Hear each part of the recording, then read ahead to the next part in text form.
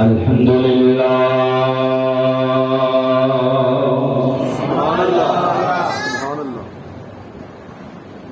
الحمد للہ رب العالمین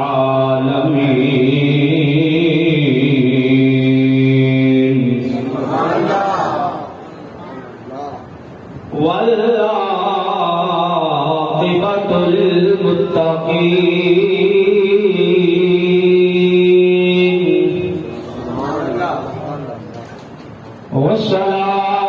والصلاة والسلام على سيد الأنبياء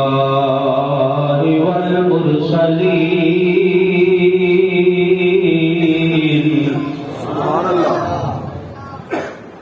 وعلى آله الطيبين الطاهرين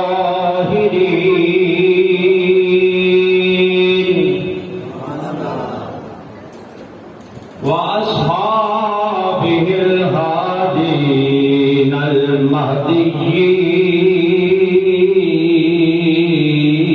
المهديين وأولياء ملته وأهل سنته أجمعين أما بعد فأعوذ بالله من الشيطان الرجيم بسم الله الرحمن الرحيم يا أيها الذين آمنوا استعينوا بالصبر والصلاة إن الله مع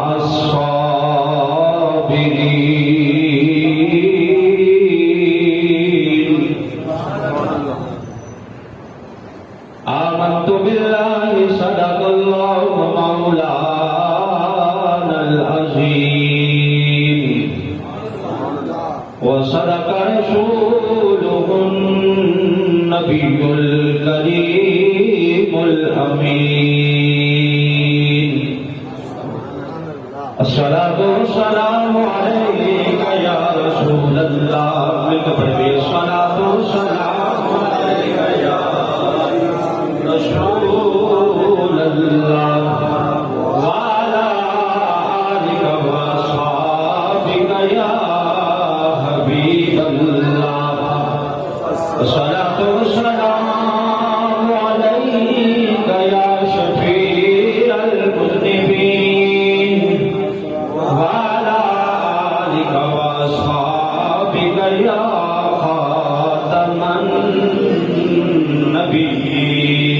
النبيين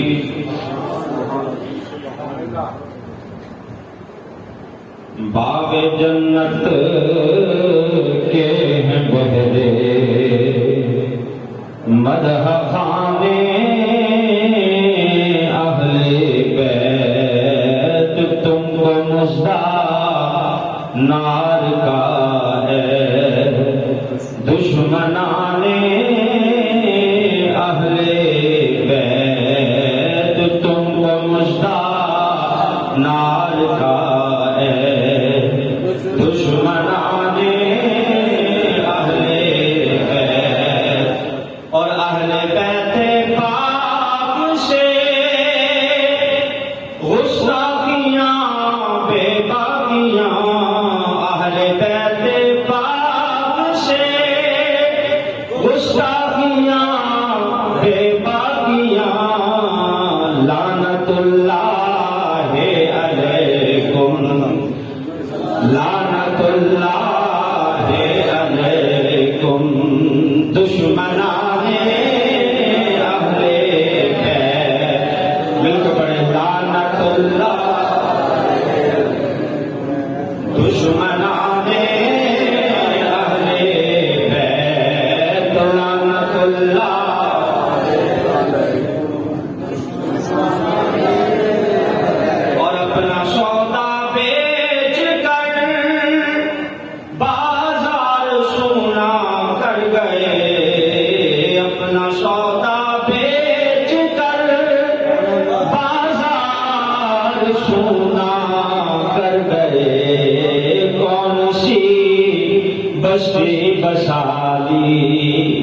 کاروانے اہل بیت لعنت اللہ علیکم دشمنان اہل بیت اور بے ادب گستاخ فرقے کو بتا دو اے حسن بے ادب گستاخ فرقے کو بتا دو اے حسن کہ یوں پڑا کرتے ہیں سنی یوں پڑا کرتے ہیں سنی داستان اہل بیت یوں پڑا کرتے ہیں سنی داستان اہل بیت لعنت اللہ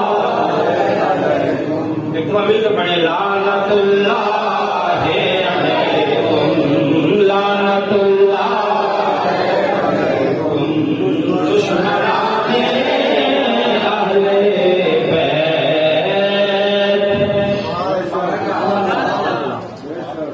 معزز و محترم سامعین حضرات،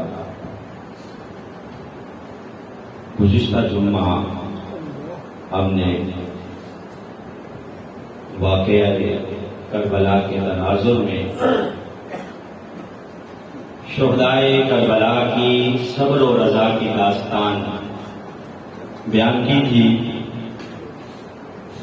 کچھ دوستوں کی محبت کی وجہ سے آج کا جمعہ بھی اسی عنوان کے تحت ہوگا۔ آج بھی انشاءاللہ العزیز وہی صبر و رضا کی داستان بیان کی جائے گی اور شہدائے کربلا کو خراج عقیدت و محبت پیش کیا جائے گا۔ اللہ رب العزت ارشاد فرماتا ہے یا ایھا الذین آمنوا استعینوا بالصبر والصلاۃ ان اللہ مع الصابرین، کہ اے ایمان والو جب بھی کبھی مشکل وقت آ جائے، پریشانی آ جائے، غم آ جائے تو کیا کرنا؟ دو کام کرنے نہ بھولنا۔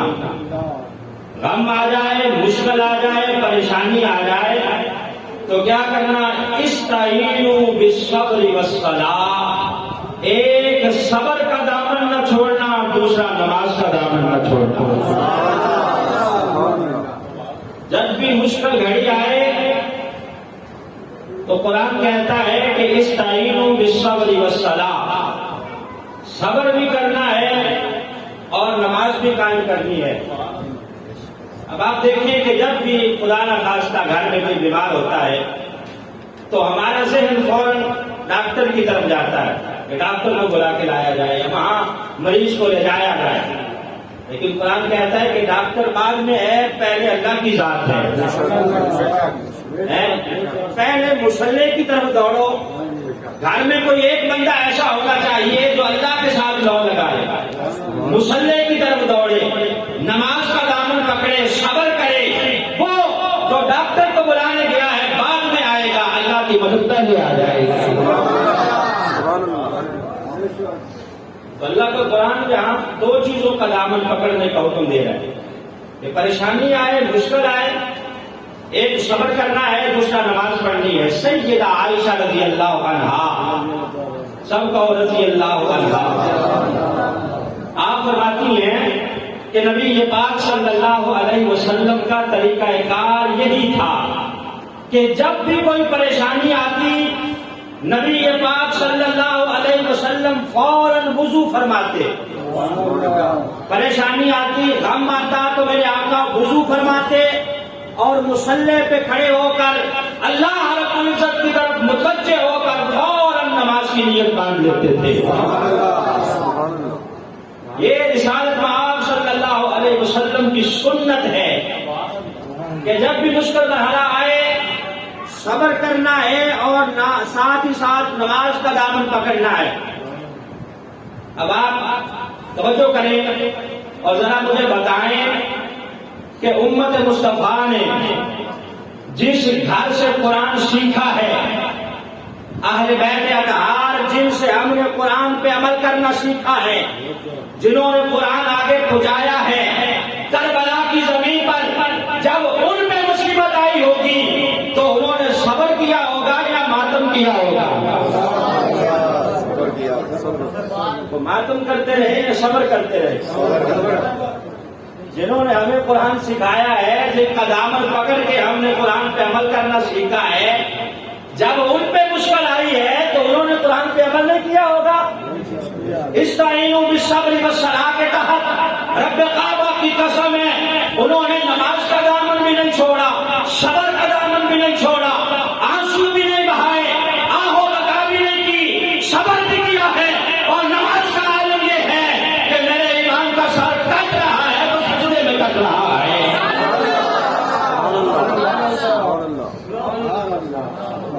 اب رسالت محمد صلی اللہ علیہ وسلم جب دنیا سے تشریف لے جانے لگے تو فرمایا لوگوں میں دو چیزیں تم میں چھوڑ کے جا رہا ہوں، ایک اپنے اہل بیت چھوڑے جا رہا ہوں، دوسرا قرآن چھوڑے جا رہا ہوں۔ ایک اپنی آل چھوڑ کے جا رہا ہوں اور دوسرا قرآن چھوڑ کے جا رہا ہوں۔ آل کا دامن بھی پکڑ کے رکھنا، قرآن کا دامن بھی پکڑ کے رکھنا۔ توجہ میرے دوست بات کی توجہ۔ اب مجھے یہ بتائیں کہ نبی پاک صلی اللہ علیہ وسلم نے آل اور قرآن کن میں چھوڑی؟ اس وقت کون موجود تھے جنہیں نبی پاک نے فرمایا کہ میں تمہارے پاس چھوڑ کے جا رہا ہوں؟ جن کے اوپر اعتماد ہوتا ہے بندہ اسی کے پاس امانت رکھ کے جاتا ہے، جس کے پاس اعتماد جس کے اوپر ہوتا ہے، جس کے اوپر بھروسہ ہوتا ہے، بندہ اپنی قیمتی چیز اسے ہی دے کے جاتا ہے کہ اسے سنبھال کے رکھنا۔ جب سرکار جا رہے ہیں تو یہ دونوں امانتیں گنے دے کے جا رہے ہیں، رب کعبہ کی قسم ہے نبی پاک نے یہ دونوں امانتیں صحابہ کے سپرد فرمائی ہیں۔ یہ نے کہا نبی پاک نے کہ تمہیں آل دے کے جا رہا ہوں، قرآن دے کے جا رہا ہوں۔ وہ سامنے ابو بکر تھے، عمر تھے، عثمان تھے، علی تھے، طلحہ تھے، زبیر تھے، سعد تھے، سعید تھے، جناب دیگر صحابہ کرام تھے۔ نبی پاک نے فرمایا کہ آل کا دامن بھی پکڑ کے رکھنا ہے اور قرآن کی تلاوت بھی جاری رکھنی ہے۔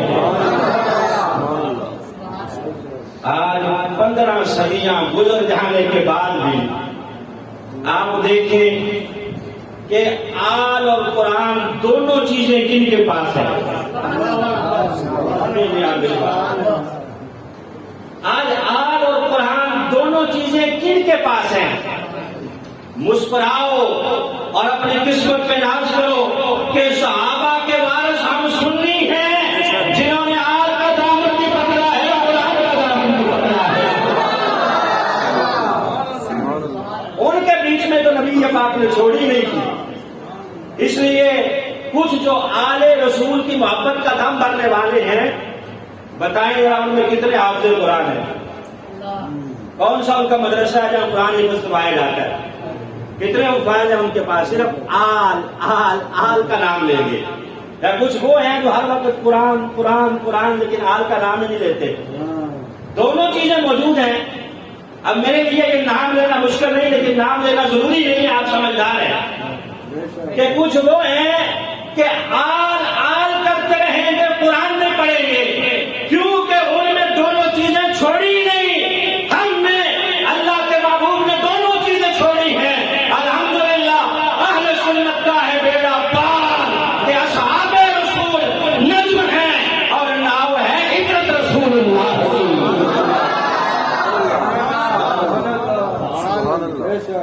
یہ بھی فرمایا کہ یہ دونوں چیزیں آپس میں جدا نہیں ہوں گی، یہ بھی نبی یہ پاک نے فرمایا۔ توجہ بھائی، جہاں قرآن ہوگا وہاں اہل بیت ہوں گے، جہاں اہل بیت ہوں گے وہاں قرآن ہوگا۔ اب اگر کوئی کہے کہ میں سید ہوں لیکن قرآن اسے دیکھ کر بھی پڑھنا نہ آئے، آپ فوراً سمجھ جائیں کہ اصلی نہیں بلکہ نقلی ہے، کیونکہ نبی یہ پاک نے تو فرمایا تھا کہ قرآن اور میری آل دونوں آپس میں جڑے رہیں گے۔ کہنے کو کہے کہ میں آل نبی ہوں، میں سید ہوں، اور قرآن دیکھ کے بھی نہ پڑھے، غسل کا طریقہ نہ آتا ہو، صرف بال لمبے رکھ لیے ہو، اور ہاتھوں کی جتنی انگلیاں ہیں سب میں انگوٹھیاں پہن کر پورا سال نہائے نا، اگر وہ کہے کہ میں سید ہوں اسے تو قرآن سنائے، اگر قرآن نہیں پڑھ سکتا تو خدا کی قسم ہے پھینس گیا، میں نہیں کر رہا، سرکار کر کے گئے ہیں۔ کیوں؟ فرمایا آل اور قرآن دونوں لازم و مظلوم منظوم ہیں، اگر آل کہلائے گا تو قرآن بھی پڑھنے والا ہوگا، آل کہلائے گا میری تو میرے قرآن سے بھی محبت کرنے والا ہوگا۔ صرف اور صرف بھنگیوں اور چرسیوں کے ساتھ اس کا اٹھنا بیٹھنا نہیں ہوگا، صرف اور صرف دیگر معاملات نہیں ہوں گے۔ اگر آل واقعی اصلی ہے تو اللہ کے محبوب فرماتے ہیں وہ قرآن سے محبت کرنے والا ہوگا۔ میں عرض کر رہا تھا کہ جن سے ہم نے قرآن سیکھا ہے بتائیں کہ انہوں نے صبر کیا کہ نہیں کیا؟ صبر انہوں نے کر کے دکھایا، ایسا صبر کیا کہ قیامت تک مثالیں دی جائیں گی۔ ان کا گھرانہ تو بہت اونچا گھرانہ ہے، ان کے گھر کے جو غلام ہیں، جو کنیزیں ہیں، حضرت ام خلاد رضی اللہ عنہ صحابیہ ہیں، ان کا بیٹا ایک ہی تھا، اکلوتا بیٹا، ام خلاد کہا جاتا تھا کہ خلاد کی اماں جان۔ یہ حضرت خلاد ایک جنگ میں شہید ہو گئے۔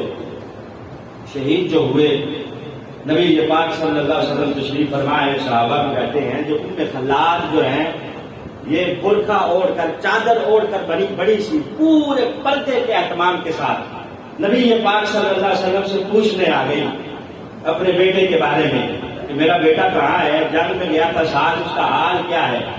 صحابہ کہتے ہیں یہ ام خلاد آئی ہیں، نبی پاک صلی اللہ علیہ وسلم سے پوچھا ہے، سرکار نے بتایا ہے بی بی تیرا بیٹا تو شہید ہو گیا ہے۔ اچھا، اب وہ جو نئے مسلمان تھے نا پاس بیٹھے تو کہتے ہم حیران ہو گئے، حضرت ام خلاد نہ آنکھوں میں آنسو ہیں، نہ سینہ کوبی ہے، نہ آہو بکا ہے، بلکہ صبر کا پہاڑ بن کے بیٹھی ہیں۔ وہ جو نئے مسلمان تھے انہوں نے پوچھ لیا بی بچے کے مرنے کا غم نہیں ہوا؟ اس وقت تو ماتم بھی آہو بکا بھی کرنا اتنا منع نہیں تھا، تو روتی کیوں نہیں ہو؟ کیوں آہو بکا نہیں کرتی؟ ماتم کیوں نہیں کر رہی کہ تمہارا بیٹا شہید ہو گیا ہے؟ اس بیٹی نے تاریخی جملے کہے، اس نے کہا مسلمانوں میرا بچہ مرا ہے، میری غیرت نہیں مری، میری غیرت نہیں مری، میری غیرت ابھی زندہ ہے، میرا بیٹا مرا ہے، میری غیرت نہیں مری ہے۔ تو یہ اہل بیت اطہار کے گھر والے نہیں بلکہ ان کے غلام ہیں، ان کا حالم یہ ہے، کیا کہا کہ میں کیوں اپنے بال نوچوں، کیوں میں اپنے کپڑے پھاڑوں، میرا بیٹا تو شہید ہوا ہے، اور قرآن کہتا ہے کہ شہید زندہ ہے، قرآن کہتا ہے کہ شہید زندہ ہے۔ حضرت امام زین العابدین سب کو رضی اللہ تعالی، آپ جا رہے ہیں حج کرنے کے لیے، کربلا کے بعد کا واقعہ ہے۔ مختار سقفی نامی بندہ جب بعد میں آیا جس نے چن کے گستاخوں کو واصل جہنم کیا اور اہل بیت اطہار پر مظالم کرنے والوں کو سولی پر چڑھایا اور ان کو قتل کیا، اس نے پکڑ کے گن کے بدلے لیے۔ جب مختار سقفی کا زمانہ تھا، جنگل سے حضرت امام زین العابدین کا قافلہ گزر رہا ہے، کہاں جا رہے ہیں؟ حج کرنے کے لیے۔ سنان بن انس یہ وہ بندہ ہے جس نے حضرت علی اکبر کو تیر مارا تھا اور شہید کیا تھا، یہ مختار سقفی سے چھپتا چھپاتا بھوکا پیاسا یہاں جنگل میں نکل آیا اور یہاں خیمہ لگا ہوا ہے حضرت امام زین العابدین کا۔ اب اس کو بھی پتا کہ خیمہ کس کا ہے، اس نے کہا کہ جاؤ اندر، خیمہ لگا ہوا ہے، یقیناً کوئی کھانے پینے کو مل جائے گا۔ اب یہ دوڑتا ہوا اندر گیا، جیسے دیکھا اس نے کہ سامنے تو حضرت امام زین العابدین بیٹھے ہیں، اس نے پہچان لیا، پہچان کے اس نے وہاں سے الٹے قدم دوڑنا شروع کیا۔ حضرت امام زین العابدین نے اپنے ساتھیوں سے کہا کہ اسے پکڑو، پکڑ کے لاؤ۔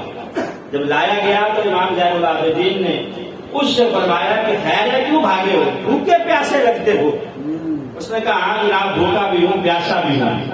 حضرت امام زین العابدین نے اپنے ہاتھوں سے شربت بنایا اور بنا کے اسے پلایا. اس نے پیا اور دل میں سوچ رہا ہے کہ شاید لڑ مجھے پہچانا نہیں میں بچ گیا.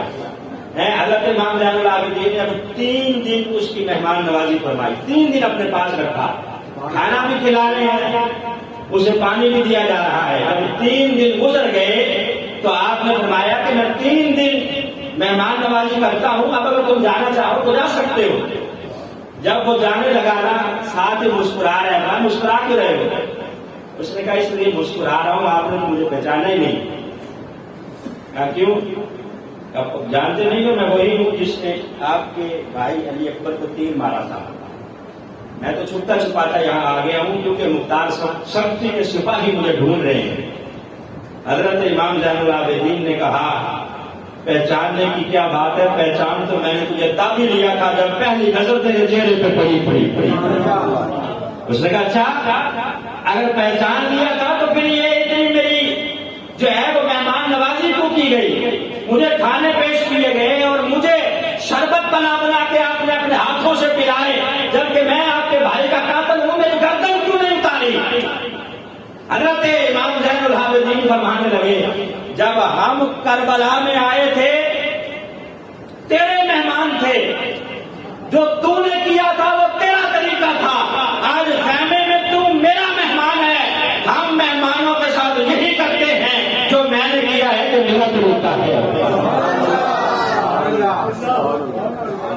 کہا وہ تیرا طریقہ کار تھا, یہ میرا طریقہ ہے, ہم مہمانوں کے ساتھ یہی کرتے ہیں جو میں نے کیا ہے.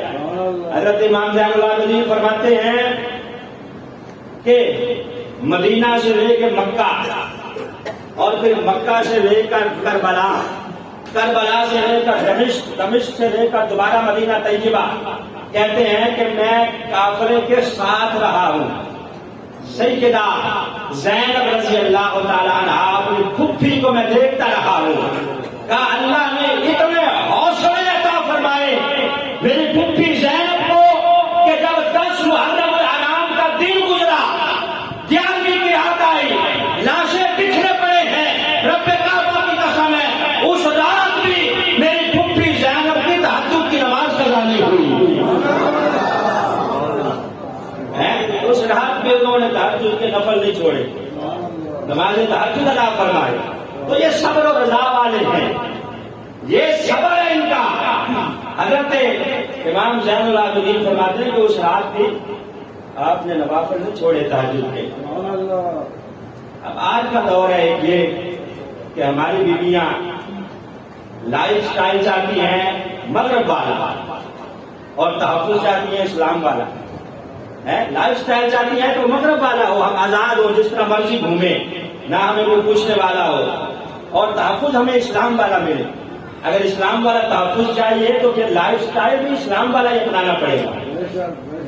یہ میرا جو اشارہ ہے یہ جو 14 اگست کو واقعہ ہوا ہے مینار پاکستان پر, اس طرف میں آپ کی توجہ جو ہے وہ دلانا چاہتا ہوں. وہ جو بیوی تھی عائشہ نامی مینار پاکستان میں, وہ 14 اگست کو پہلے تو یہ اس سے پوچھا جائے کہ بیوی اتنے مردوں میں تو لینے کیا گئی ہے, اور پھر وہ جو ساتھ بوائے فرینڈ بنا رکھا ہے اور ٹولہ جو ہے اپنے یاروں کا ساتھ لے کے گئی ہے, اگر بندہ آگ میں کودے گا خود اور یہ سوچے گا کہ میں بچ جاؤں گا تو یہ اس کو اپنی عقل کا علاج کروانا چاہیے. مجھے نہیں پتا کہ 14 اگست کو واقعہ ہوتا ہے. اتنا ٹولہ جو ہے وہ لے کے اگر تو جائے گی, سب سے پہلی بات تو یہ کہ اسلام میں گرل فرینڈ اور بوائے فرینڈ کا کوئی کانسیپٹ ہی نہیں ہے. آپ نے دیکھا تھا نا کہ اسلام آباد میں وہ نور مقدم کیس ہوا, نور مقدم کیس, وہ جس کو اس نے فرینڈ بنا رکھا تھا اسی فرینڈ نے آ کر اس کی گردن کاٹی. یہ فرینڈ سرینڈ والا چکر اسلام میں نہیں ہے. پہلے آپ اپنا لائف سٹائل بدلیں, پھر آپ کہیں کہ میں قوم کی بیٹی ہوں. اب قوم کی بیٹی بن گئی ہو اور اب تم نے دوپٹہ بھی اوڑھ لیا ہے اور نقاب بھی کر لیا ہے. اگر یہ سب کچھ پہلے کیا ہوتا, رب کعبہ کی قسم ہے کوئی انگلی اٹھا کے تمہاری طرف نہ دیکھتا. پہلے اگر دوپٹہ پہنا ہوتا اور نقاب پہنا ہوتا اور برقعے میں جاتی, اپنے بھائی کے ساتھ جاتی جو حقیقی بھائی ہے. لوگ تو پہلے جب وہ موقع کی تلاش میں ہوتے ہیں, پتا ہوتا ہے لوگوں کو یہ کس طرح کی خاتون ہے, اور پھر ٹک ٹاک پر جو آپ کی ویڈیوز موجود ہیں اس سے کون اندازہ نہیں لگا سکتا کہ آپ کا کریکٹر کیا ہے، کتنا لوز کریکٹر ہے آپ کا. اور پھر آپ وہاں جا کے اشارے کریں لڑکوں کو اور یہ توقع رکھیں کہ آگے سے ریئیکشن نہیں ہوگا. ریئیکشن تو ہونا تھا. تو پہلے آپ اسلام کا لائف سٹائل اپنائیں، جو اسلام تقاضا کرتا ہے وہ آپ اپنائیں. اسلام کی بیوی بنے، پھر کہیں کہ میں قوم کی بیوی ہوں. اس طرح تو تمہیں کوئی مرد بھی اپنی بہن کہنے کے لیے تیار نہیں ہے. قوم کی بیٹی تم نہیں ہو، قوم کی بیٹی وہ ہے جو اسلام کی صحیح معنی میں ترجمانی کرنے والی. تو میں عرض کر رہا تھا کہ اہل بیت اتحاد نے نہ صبر کا دامن چھوڑا ہے اور نہ ہی نماز کا دامن چھوڑا ہے. دونوں چیزوں کو پکڑ کے رکھا ہے. اور پھر یہ بھی ذہن میں رکھیں، لوگ کہتے ہیں کہ حضرت امام حسین رضی اللہ تعالی عنہ آپ کے سامنے جو ہے وہ نہر جاری کی فرات کی تو آپ نے پانی طلب کیوں نہیں کیا، یا نہر فرات کو اشارہ کیوں نہیں کیا؟ اشارہ کر دیتے. جبکہ ہم اس بات کے قائل ہیں کہ اگر آپ اشارہ کر دیتے تو خدا کی قسم ہے فرات اپنا رستہ خیموں کی طرف بنا لیتا، خیموں کی طرف بہنا شروع کر دیتا. کیوں کہ صدیاں گزرنے کے بعد حضرت امام حسین کی اولاد میں سے خواجہ خواجگان حضرت خواجہ نظام الدین اولیاء پتھری راج کے اس حوض کے پاس آ کے بیٹھتے ہیں تو وہاں کھڑے ہوئے بت کو اپنا لوٹا تھماتے ہیں کہ چل جا ذرا بھر کے لے کے آ. بت کو اشارہ کرتے کہ لوٹا ذرا حوض سے بھر کے لا، اور وہ بت جاتا ہے بھر کے لاتا ہے. ان کی اولاد اگر بتوں کو چلا کے پانی منگوا سکتی ہے تو ان کے لیے کہاں بھائی تھا. حضرت عقبہ بن نافع رضی اللہ تعالیٰ عنہ صحابی رسول ہے. حضرت عقبہ بن نافع آپ جا رہے ہیں صحابہ کے ساتھ جنگلوں میں، پانی ختم ہو گیا. اب سارے صحابہ پریشان ہیں. حضرت عقبہ بن نافع کہنے لگے پریشان نہ ہو، میں کچھ انتظام کرتا ہوں. حضرت عقبہ بن نافع نے اللہ اکبر کہہ کے 2 رکعت نماز نفل پڑھی. پڑھنے کے بعد دعا مانگی کہ یا اللہ کرم فرما.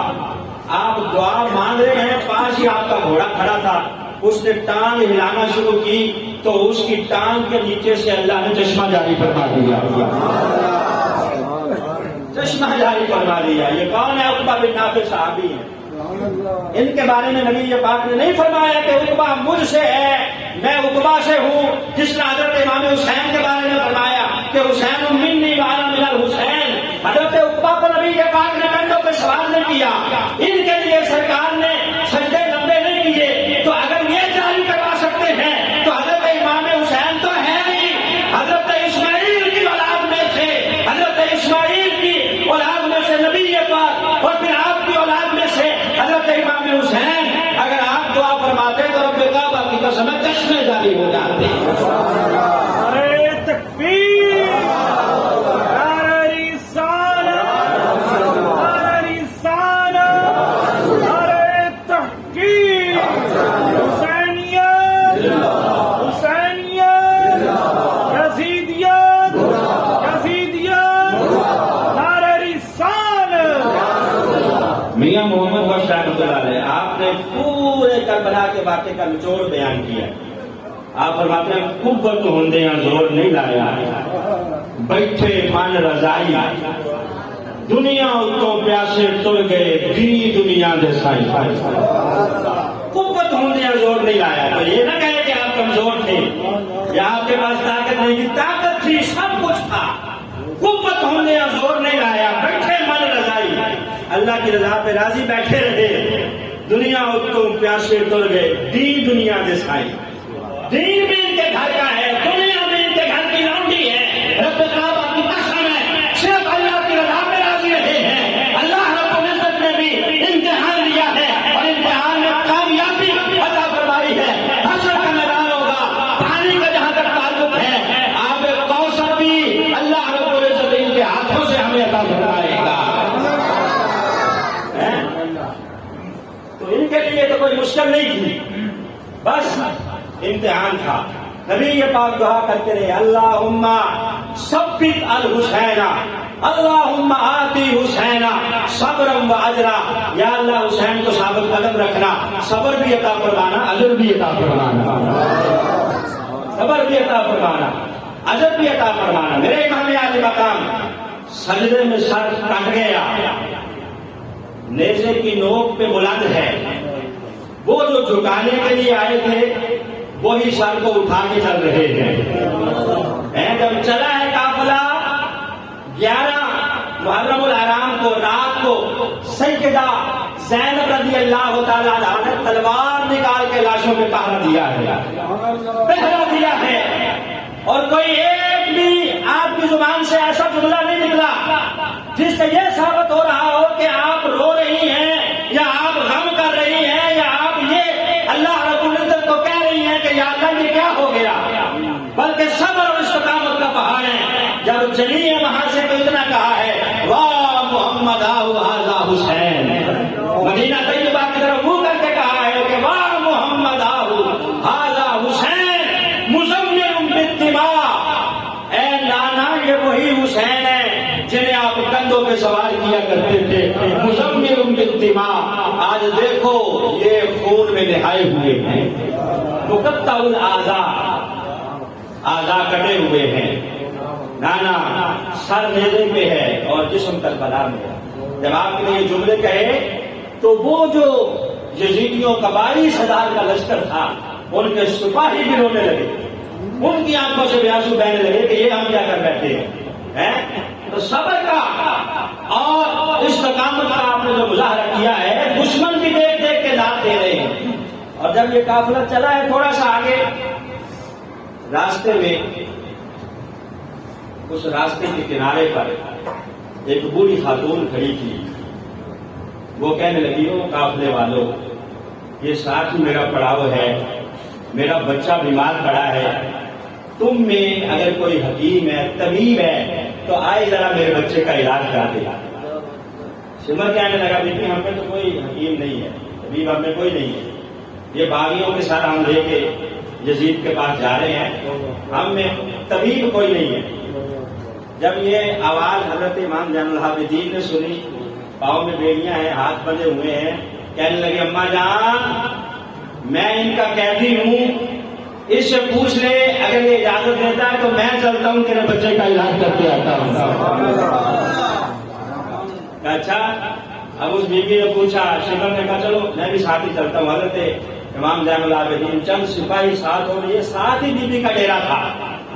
جب ڈیرے کے باہر پہنچے تو اندر سے اس بیوی کی بیٹی روتی ہوئی باہر آ رہی ہے، روتی ہوئی آؤ بکا کرتی آگے جاتی، اماں جان بھائی تو اللہ کو پیارا ہو گیا۔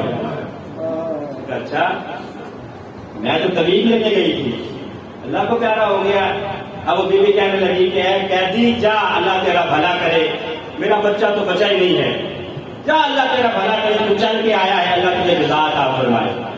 حضرت امام زین العابدین کہنے لگے بی بی میں حکمت نہیں جانتا، نہ میں نے پڑھی ہے نہ میں حکیم ہوں، لیکن ہے ہمارے گھر کی، یہاں بلانا نہیں تھا، اب بلایا ہے تو یہاں سے نہ لوٹا، ایک دفعہ لے کے جا، رب کعبہ کی قسم ہے اللہ کے فضل سے تیرے مردہ بچے کو بھی زندہ کر کے لاؤں گا۔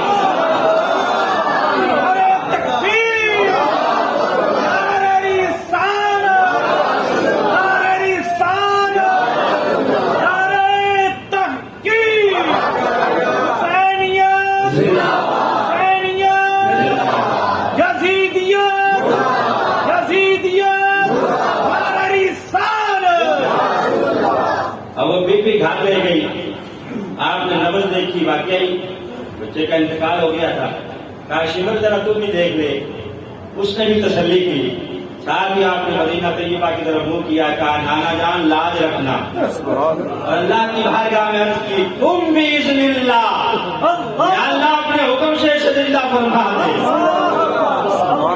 جب وہ زندہ ہوا بی بی کا بیٹا تو ساتھ ہی شمر کھڑا تھا، ہنسنے لگا، کہنے لگا کہ اپنے تو 72 کٹوا آیا ہے، ان میں سے کسی کو زندہ نہیں کیا اور دوسرا پہ زندہ کرتا پھر میں، اپنے 72 کٹوا آیا ہے کربلا کے میدان میں، ان میں سے کسی کو زندہ نہیں کیا۔ حضرت امام زین العابدین کہنے لگے او پاگلا، زندہ تو تب کرتا جب وہ مرے ہوتے، انہیں تو زندہ تب کرتا جب وہ بڑے ہوتے. قرآن کہتا ہے کہ انہیں مردہ کہنا تو کیا گمان بھی نہ کرنا, وہ اللہ کے ہاں زندہ ہے, انہیں رزق بھی دیا جاتا ہے. یار یہ راز سمجھ میں نہیں آیا, راز کیا ہے, کس طرح تم نے زندہ کیا؟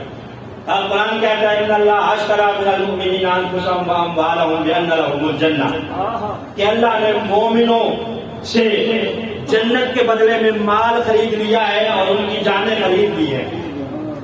یہ قرآن میں اللہ فرما رہا ہے کہ میں نے خرید لیا ہے جنت کے بدلے میں مومنوں کی جانوں کو, ان کی اولادوں کو, ان کے مالوں کو. حضرت امام زین العابدین کہتے ہیں اللہ نے کربلا میں مجھ سے مانگا, میں نے منڈی لگائی, اللہ نے کہا حسین چاہیے, میں نے کہا اللہ لے لے, علی اکبر چاہیے لے لے, علی اصغر چاہیے لے لے. ایک نہیں, دو نہیں, 72 مانگے, میں نے دے دیے. آج میں نے ایک مانگا ہے, وہ اگر نہ دیتا تو یاری تو نہ ہوئی. تم نے راز پوچھا ہے تو راز یہ ہے کہ میں 72 دے کے آیا ہوں اور اس سے میں نے ایک مانگا ہے. 72 دیتے ہوئے اگر میں نے ہائے نہیں کی تو ایک وہ بھی تو مجھے دے دے گا نا. راز یہی ہے. اسی لیے کہا شاہین چشتی نے کہ ہے جس طرح سے نام درشندہ حسین کا ہے اس طرح ہی کام تابندہ حسین کا. ارے ماتم کرے تو کیوں کرے زندہ حسین کا, قرآن میں ہے جا بجا زندہ ہے ہر شہید. قرآن میں ہے جا بجا کہ زندہ ہے ہر شہید. تو ماتم کرے تو کیوں کرے زندہ حسین.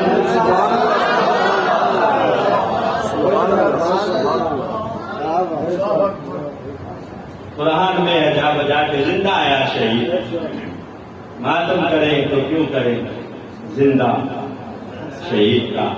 اور دہلی میں جو ہے وہ مشاعرہ ہو رہا تھا, ایک دوسرے طبقے کا جو شاعر تھا اس نے شعر پڑھے اپنے, اس نے کہا کافر ہیں جو حسنین کا ماتم نہیں کرتے. جب سنی شاعر کی باری آئی اس نے پھر جواب دیا, کہا کیوں نہیں کرتے؟ کہا کافر ہے جو منکر ہے حیات شہداء کا, ہم زندہ و جاوید کا ماتم نہیں کرتے. کافر ہے جو منکر ہے حیات شہداء کا, وہ کافر ہے جو شہداء کی حیات کا منکر ہے. امام علی مقام تو کل بھی زندہ تھے, آج بھی زندہ ہے. ہم زندہ و جاوید کا ماتم نہیں کرتے. اور ایک ہندو شاعر کہنے لگا کہ ان مفتیان لہر سے یہ کہتی ہے کربلا کہ بدعت اسی کا ذکر جو جینا سکھا گیا. امام علی مقام کے ذکر کو بھی بدعت کہنا شروع کر دیا. ان مفتیان دین سے کہتی ہے کربلا کہ بدعت اسی کا ذکر جو جینا سکھا گیا. ارے تم سے تو ایک بابری مسجد نہ بچ سکی, میرا حسین ساری شریعت بچا گیا. حسین بادشاہ اسد حسین, دین اسد حسین, دین پناہ اسد حسین, سرداد نداد دست در دست یزید, ہم پا کے بنائے لا الہ اسد حسین. سب کو ہم کا کے بنائے لا الہ اسد حسین. نہ یزید کا وہ ستم رہا, نہ ظلم ابن زیاد کا, جو رہا تو نام حسین کا جسے زندہ رکھتی ہے کربلا. اور اسلام زندہ ہوتا ہے کربلا کے بعد. وآخر دعوانا الحمدللہ.